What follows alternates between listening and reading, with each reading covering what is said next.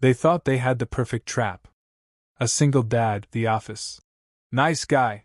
Set up on a blind date with a deaf woman, without telling him she was deaf. Hidden camera rolling, 3 jealous coworkers waiting for him to fail, to cringe, to walk out, so they could ruin his career forever. But what actually happened that night left them speechless, and it's about to leave you in tears.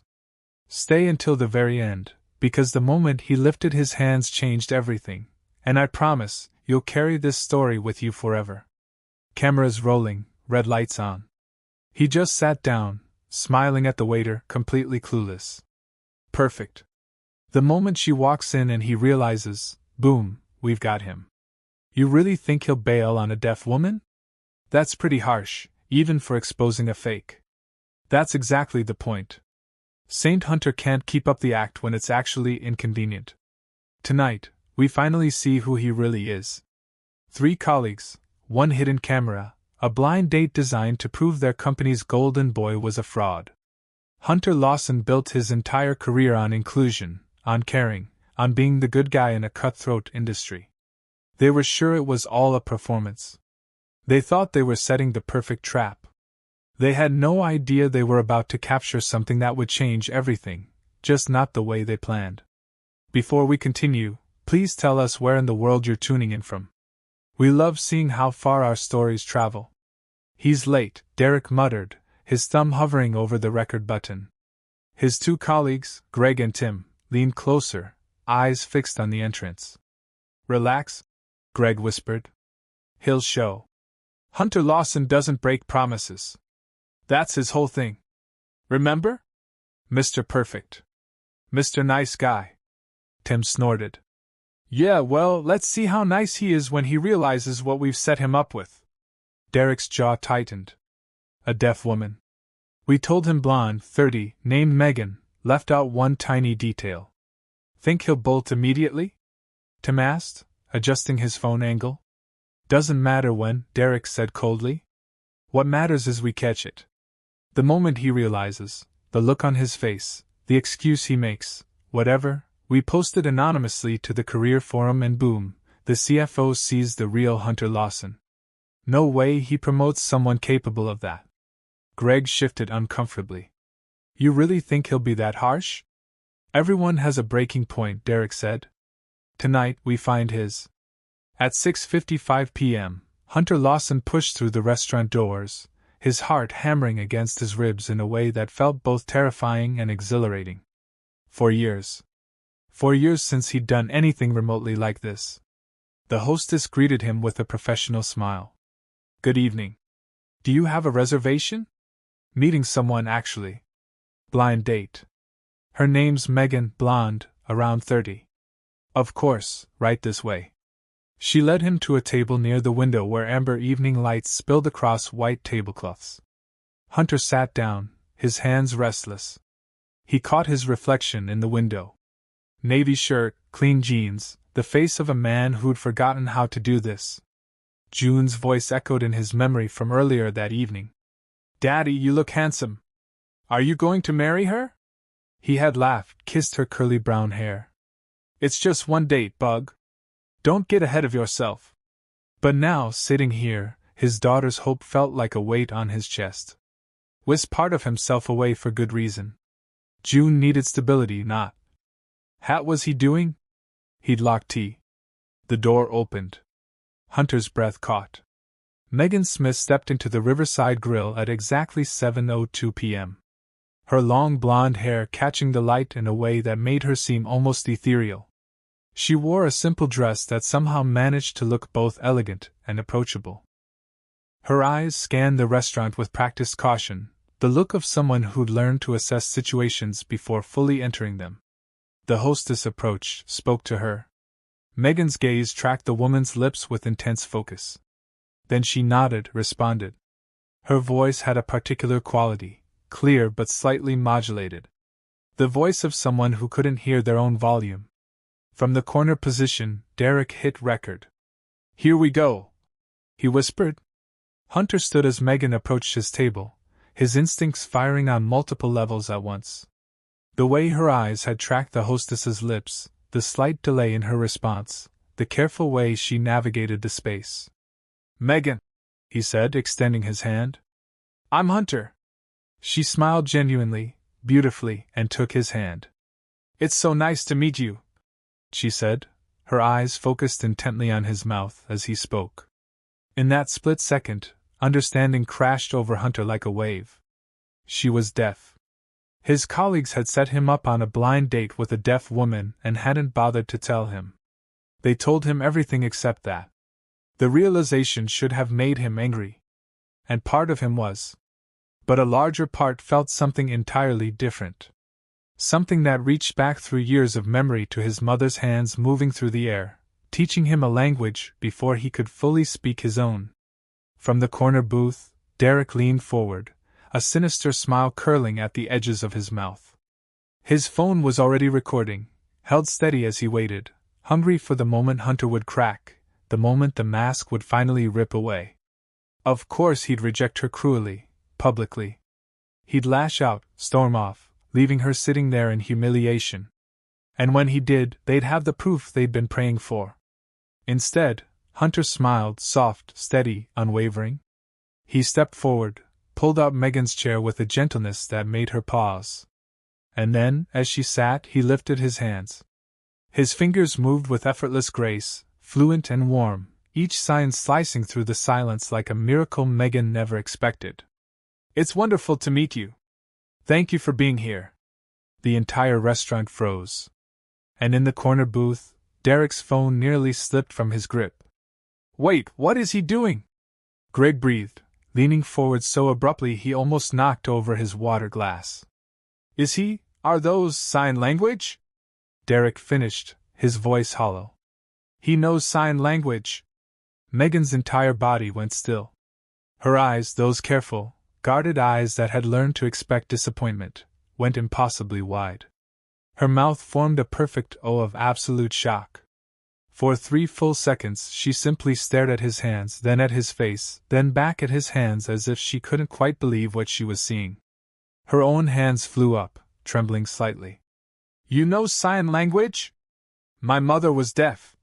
Hunter signed back, settling into his chair with an ease that spoke of decades of practice. "It's still my first language, honestly." Megan's hands dropped to the table.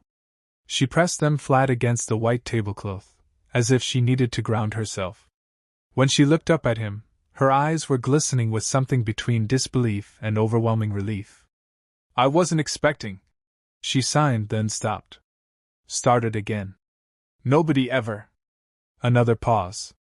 "You're really fluent?" 35 years of practice." Hunter signed with a gentle smile. "My mom made sure of it. She said if I was going to live in her world I needed to speak her language properly." In the corner booth, the 3 men sat frozen, their carefully constructed plan crumbling in real time. "This can't be happening," Derek muttered, his knuckles white around his phone. "Maybe it's an act," Tim whispered desperately. "Maybe he learned a few signs to impress her, and he'll mess up soon." "Look at him," Greg interrupted, his voice strange. "That's not a few signs. That's fluent. He's actually having a conversation." They watched as Hunter's hands moved with fluid grace, as Megan's shoulders gradually relaxed, as her guarded expression melted into something open and genuine. They watched her laugh, a real, unguarded laugh that made nearby diners turn and smile. "He's supposed to be making excuses right now," Derek said, his voice rising slightly with panic and confusion. "He's supposed to look uncomfortable, to check his watch, to—" "He looks happy," Greg said quietly. And he did. Hunter Lawson leaned forward with genuine interest, his entire face animated as his hands moved through signs. There was nothing forced about it, nothing performative. He wasn't tolerating the situation or playing nice for appearances. He was connecting, actually, genuinely connecting. "Keep recording," Derek ordered, though his voice had lost its earlier conviction. "Maybe he's just—" "Wait, just wait. Everyone cracks eventually." But even as he said it, watching Hunter laugh at something Megan signed, watching the 2 of them fall into easy conversation like old friends, Derek felt something uncomfortable twist in his chest. It looked a lot like doubt. The conversation that unfolded over the next 20 minutes was unlike anything Megan had experienced in 3 years of terrible blind dates. Hunter didn't speak slowly or exaggerate his signs. He didn't treat her like she was fragile or simple. He just talked to her, like she was a person he genuinely wanted to know. So, you're a freelance writer? Hunter signed, leaning forward with real interest. What kind of writing? Content marketing, mostly. Megan signed back, her shoulders gradually relaxing. Technical documentation, website copy, the occasional blog post. It's not exactly creative writing, but it pays well, and I can work from anywhere. That's incredible. Building your own business like that takes serious discipline. Megan's hands moved with more confidence now. What about you? What do you do? I'm a therapist at a downtown firm. Workplace counseling, conflict resolution, that kind of thing. I've been there about a year. Do you like it? Hunter paused, considering. I do, though lately it's been complicated. Office politics. You know how it is. Actually, I don't. Megan signed with a playful expression. One of the perks of working from home. My biggest office politics issue is whether the cat gets to sit on my keyboard. Hunter laughed, a real, genuine laugh that made several nearby diners glance over with smiles. Okay, you win. That sounds infinitely better than my current situation. A server approached to take their order. Hunter smoothly transitioned to speaking aloud for the server while simultaneously signing for Megan, translating the specials without her having to ask. It was such a natural, considerate gesture that Megan felt something crack open in her chest, something that had been closed for a very long time. You have a daughter. Megan signed after their food arrived, her expression thoughtful. Most men don't mention their kids on first dates until at least date 3. Hunter's face softened in a way that transformed his entire appearance. Her name's June. She's 7, obsessed with volcanoes, and currently convinced that our cat is secretly plotting world domination. She sounds amazing. She is. She's the best thing that ever happened to me. Hunter's hands moved with such tenderness. And honestly, if someone can't handle that, I come as a package deal, better to know now. June's not a secret or a complication. She's my whole world. Megan set down her fork, her full attention on him. Your wife? She signed carefully. The question hung in the air between them. Hunter's hands faltered for just a moment, the first time all evening he'd hesitated. When he continued, his signs were slower, weighted with old grief. She passed away 4 years ago. June was 3. It was a heart condition nobody knew about, not even her. One day Sophia was planning June's birthday party, and 3 days later... He stopped, started again. I've spent 4 years learning how to be both parents, learning to braid hair from YouTube, learning that princess movies can actually be pretty good if you watch them 60 times. He attempted a smile, but it didn't quite reach his eyes. I locked myself away from anything relationship-related after that. Told myself June needed stability, routine, just her and me. This is actually the first date I've been on since. My daughter kept asking why I never did anything fun anymore, and I realized I didn't have a good answer. Megan reached across the table, not quite touching his hand, but close enough that he could feel the warmth of her intention. Her eyes held such gentle understanding. I'm so sorry. She sighed. That must have been incredibly hard. It still is. Hunter signed. I imagine it always will be. It is. Hunter looked down at their almost touching hands. But June's taught me something important. You can't hide from life forever just because you're scared of losing again. At some point, you have to choose to live, not just survive. Is that what tonight is? Megan signed, a playful challenge in her expression. Choosing to live? Surprisingly, yes. Hunter signed back, his smile genuine now. You're much better company than my usual Friday night dates with a 7-year-old and whatever animated movie is her current obsession. Megan laughed, a sound that made nearby diners turn and smile, a sound that was unguarded and real. From his surveillance position, Derek's colleagues were growing restless. This is a complete bust. Greg muttered. He's actually enjoying himself. Look at him. Maybe he's just being polite, Tim offered weakly. But even as he said it, none of them believed it. They were watching something they hadn't anticipated: genuine connection, real conversation, a man treating a woman with respect and interest, not as a charity case or a cruel punchline. Keep recording, Derek said, though doubt had crept into his voice like water through cracks. By the time dessert arrived, Hunter and Megan had discovered a dozen shared interests. Both loved hiking but were terrible at identifying plants. Both thought pineapple on pizza was a crime against humanity. Both had read the same obscure fantasy series and had passionate opinions about the ending. Tell me about your mother, Megan signed, her hands moving with careful curiosity. What was she like? Hunter's expression grew tender, distant with memory. Fierce, that's the word that always comes to mind. She refused to let anyone make her feel less than because she couldn't hear. She worked as a teacher at a school for deaf children, and she was absolutely beloved. Students would come back years later just to visit her. She sounds wonderful. She was. She taught me that disability isn't weakness or limitation. It's just a different way of experiencing the world. She also made the best chocolate chip cookies in existence. I could win any argument without saying a single word. Megan's hands moved slowly. She would have been proud of you, the way you signed tonight, the respect in it, that came from her. I hope so, Hunter signed. He paused, then his hands moved with careful deliberation.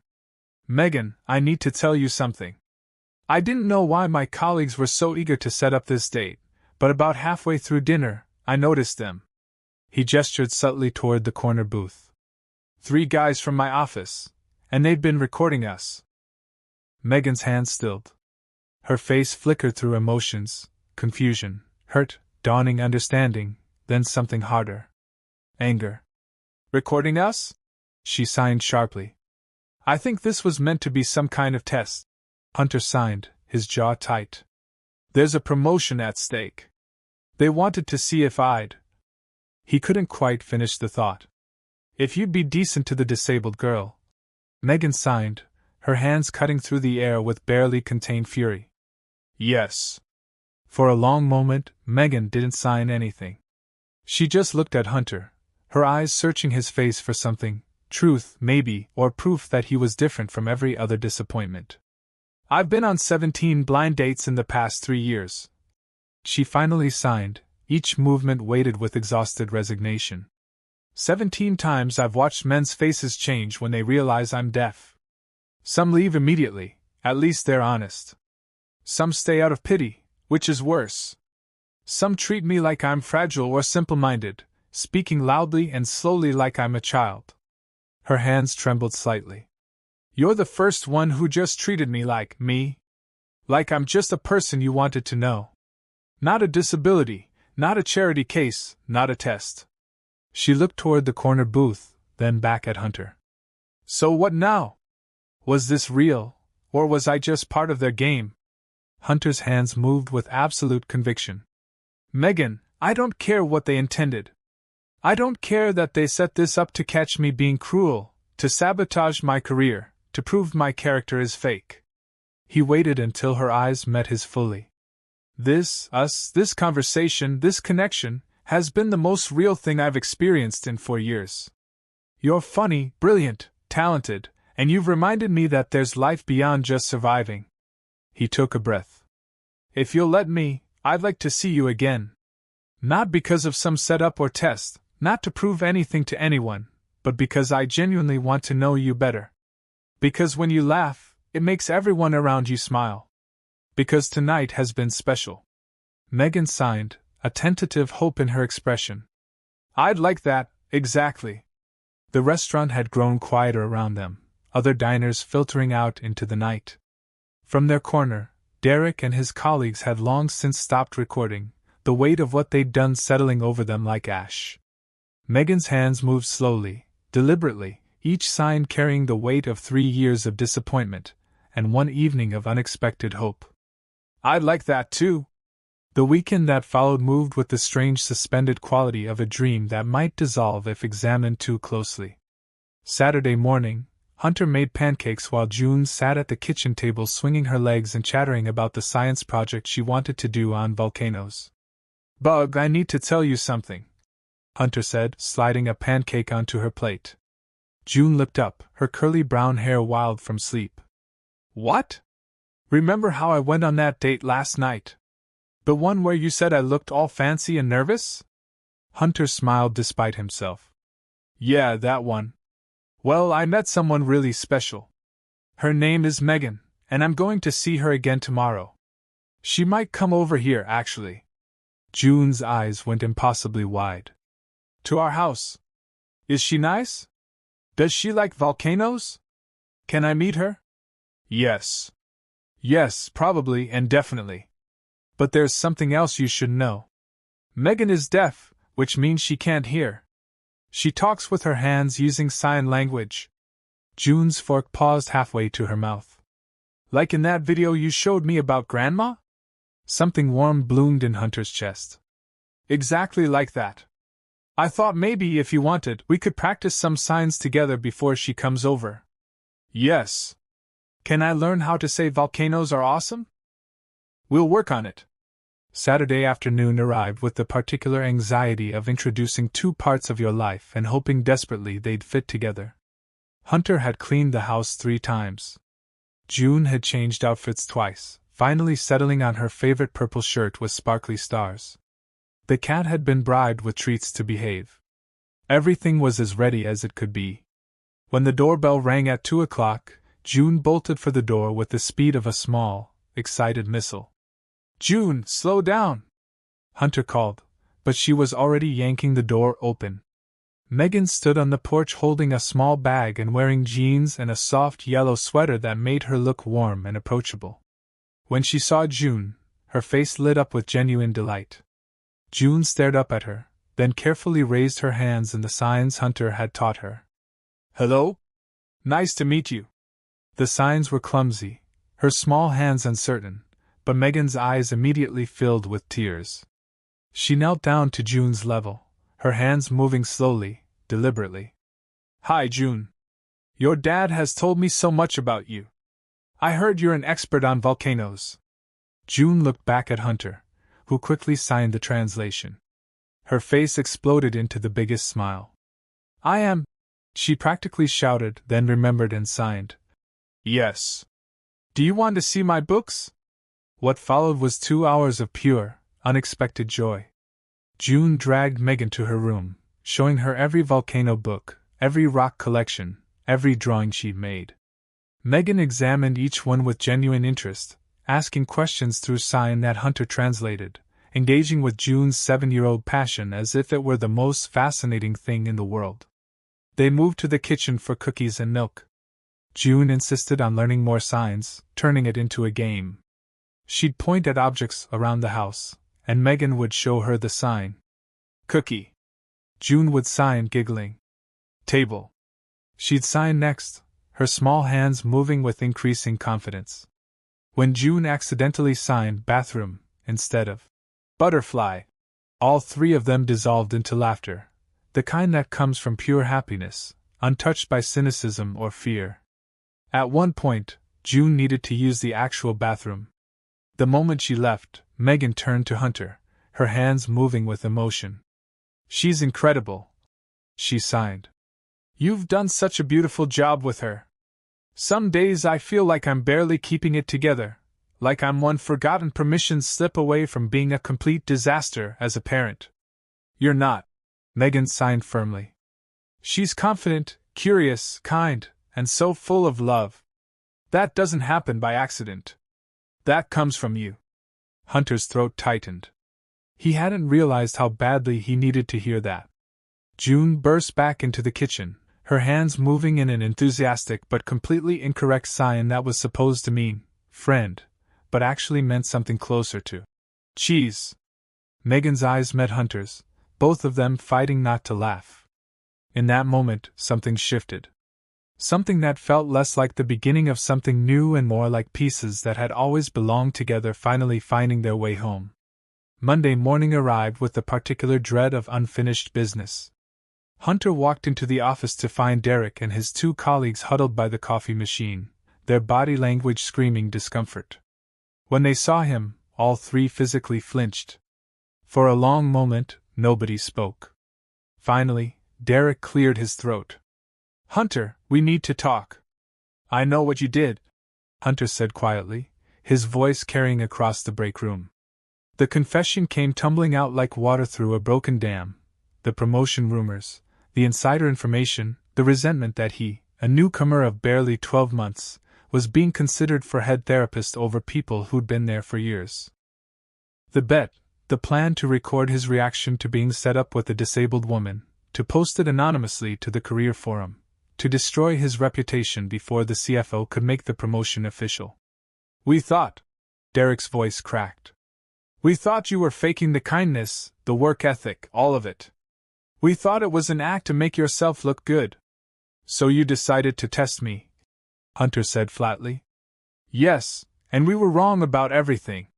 Greg couldn't meet his eyes. "We watched that whole date, watched you treat her with respect and genuine interest, watched you connect with her like a decent human being, and we realized we'd become people we're not proud of." Tim stepped forward. "We went to the CFO this morning before we came to you, told him what we did, showed him the video, then deleted it. He's handling our disciplinary actions, but we wanted to apologize directly." Derek's voice was raw. "What we did was cruel to you, and especially to Megan. Using someone's disability as a punchline, as bait, there's no excuse for that." Hunter was silent for a long moment, his hands clenched at his sides. When he finally spoke, his voice was controlled but laced with hurt. "You know what the saddest part is? If you just talked to me, gotten to know me, none of this would have been necessary. I'm not perfect. I lose my temper. I make mistakes. I burn dinner 3 times a week. And I still can't figure out how to make June's hair look decent for school photos." He looked at each of them.